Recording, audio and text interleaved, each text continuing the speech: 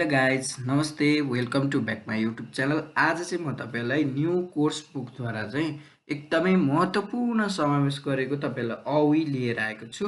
10-10वटा दिनको 10-10वटा अवी ल्याउँछु म चाहिँ।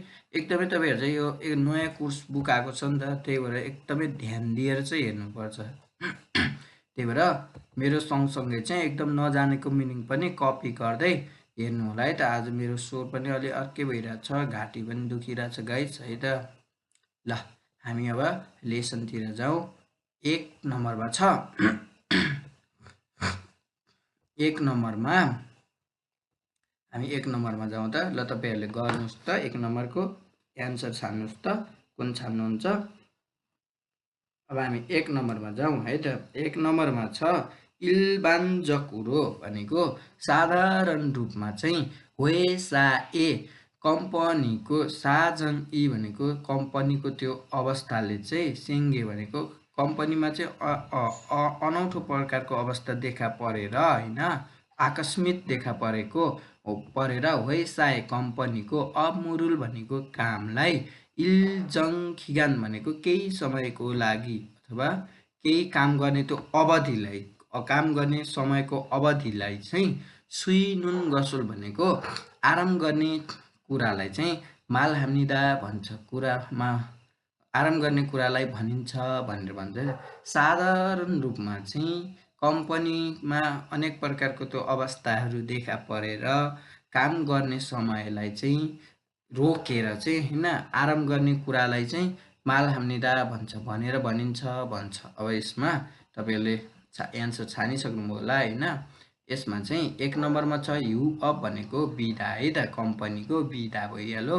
सुइप भनेको आयात, अब कुनै पनि सामान अन्य देशबाट आफ्नो देशतिर ल्याउनुलाई सुइप भन्छ है त। फे अप भनेको चाहिँ कम्पनी बन्द हुनु है त।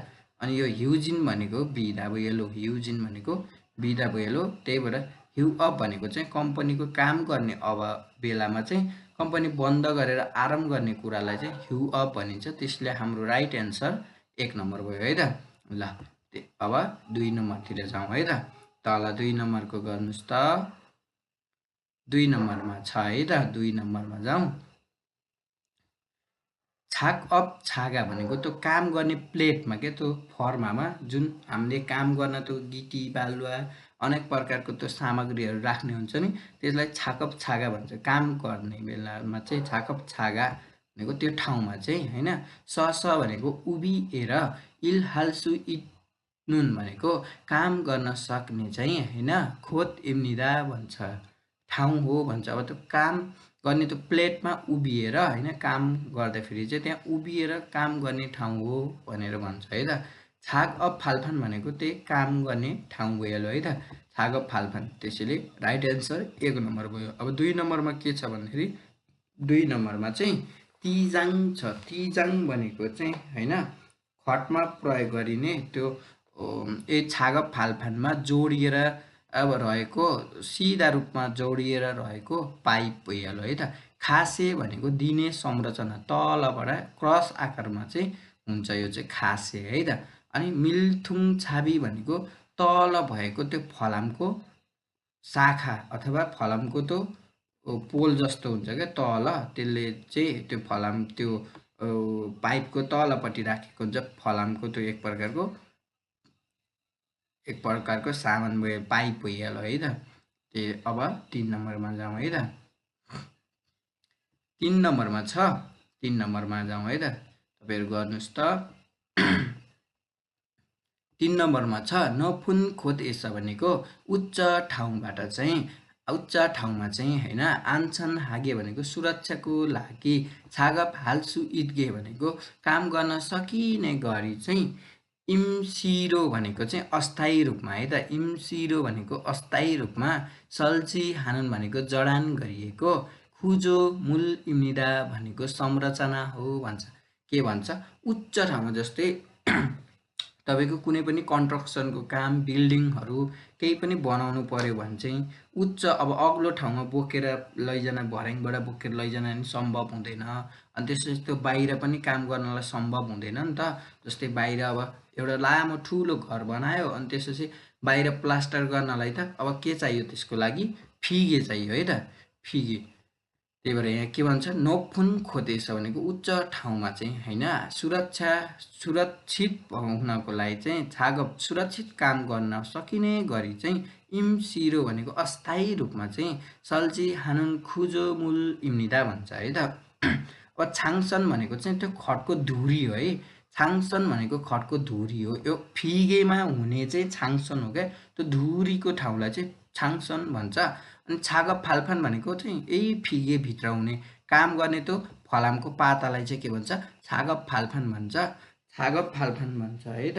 अनि कालफान भनेको चाहिँ त्यो बेस प्लेस भन्छ नि बेसमा हुने त्यो फलामको पाता तेर्साएको हुन्छ। त्यसले चाहिँ पुरै त्यो उसको के अरे फिगेको चाहिँ भार यसको भार चाहिँ यसले पुरै तलको भागबाट चाहिँ सहन्छ क्या कालफानले चाहिँ है त।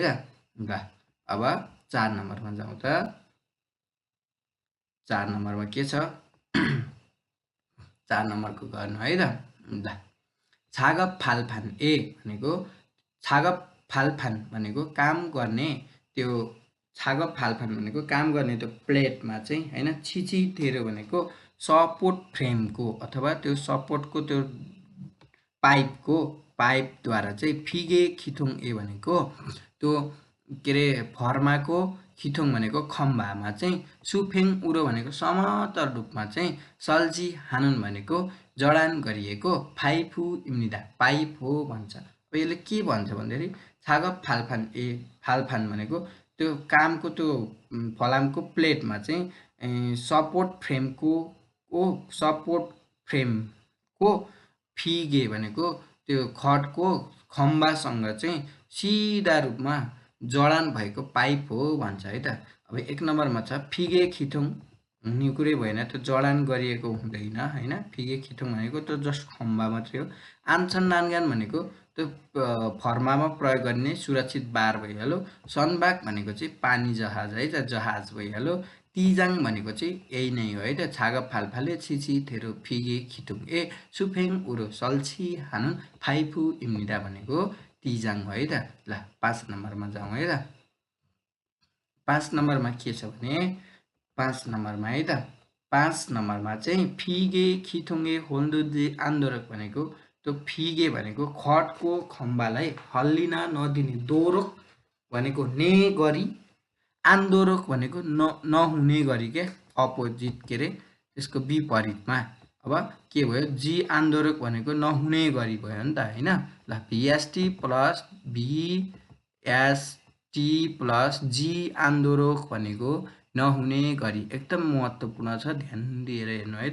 ल फिगे खिथुङ ए भनेको खटको खम्बालाई होन्दुल्ची आन्दोलक भनेको नहल्लिने गरी फिगे ए खटको आरेत फुबुने भनेको तलको भागमा चाहिँ सल्जी हानुन भनेको जडान गरिने चाहिँ हैन फाइफु इम्निदा पाइप हो भन्छ है त। ल 1 नम्बरमा के छ मिल्थोङ छाबी भनेको फिगे यही नै हो है त। खटको खम्बामा तलपट्टि जोडिएको र त्यो खटलाई चाहिँ हल्लिन नदिनको लागि प्रयोग गरिने के हो मिथुङ छाबी हो है त। ल सुफेङ भनेको सिधा रूपमा भइहाल्यो। सुच्छिक भनेको ठाडो सतह भइहाल्यो र खासे भनेको दिने संरचना भइहाल्यो। यो चाहिँ फिगेमै हुन्छ है त। ल 6 नम्बरमा जाउँ।